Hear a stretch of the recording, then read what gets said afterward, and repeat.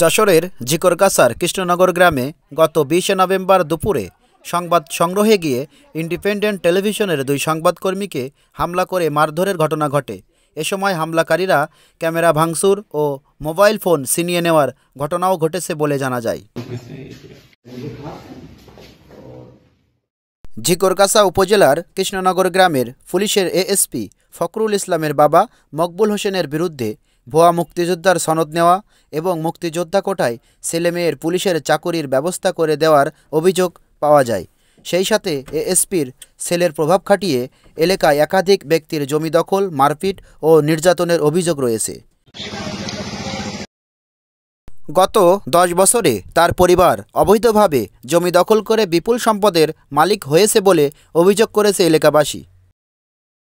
বিষয়টি নিয়ে সংবাদ সংগ্রহে যান ইন্ডিপেন্ডেন্ট টেলিভিশনের যশোর প্রতিনিধি জিয়াউল হক ও ভিডিওগ্রাফার শরীফ খান। এ সময় এএসপি ফখরুলের লোকজন তাদেরকে পিটিয়ে আহত করে আটকে রাখে। পরে পুলিশ ঘটনাস্থলে সংবাদ পেয়ে যান এবং তাদেরকে উদ্ধার করেন।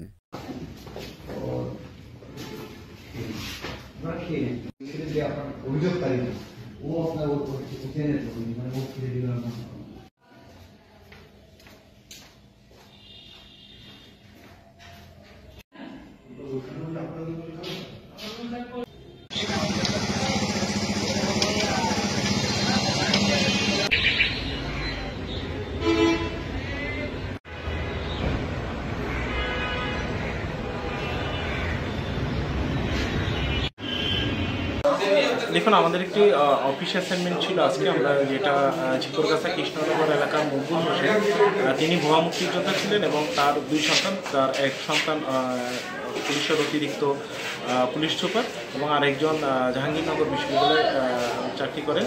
তো আমরা এই নিয়ে তারা জমি দখল করেছে, তাদের মারপিটের ঘটনা আছে এবং তিনি যখন র্যাবে ছিলেন তার সন্তান মকবুলের সন্তান ফখরুল হোসেন, তিনি র্যাবে থাকা অবস্থায় বিভিন্ন মানুষকে মারপিট করেছেন, নির্যাতন করেছেন, জমি দখল করেছেন এবং অন্যান্য যে অপরাধ কর্মকাণ্ড এরকম কিছু আমরা বিষয় নিয়ে কাজ করছিলাম এবং এর কিছু কিন্তু তথ্য প্রমাণও আমরা পেয়েছি। আজকে দুপুরের সময় যখন আমরা মকবুল হোসেনের বাড়ির সামনে তথ্য নিয়ে আসতে যখন যাই, তখন হঠাৎ করে তার বাড়ির সামনে পৌঁছানোর সাথে সাথেই প্রান্ত নেতৃত্বে কিছু সন্ত্রাসী এসে এলো পাথারিয়ে আমাদেরকে মারপিট করে, আমার ক্যামেরা পার্সন শরীফ খানকে মারপিট করে, আমার যে ক্যামেরাটি ছিল সেটি ভাঙচুর করেছে এবং দীর্ঘ সময় আমাদেরকে অবরুদ্ধ করে রাখে। শরীফকে আমি দীর্ঘ সময় চিকিৎসা সেবা দিতে পারিনি।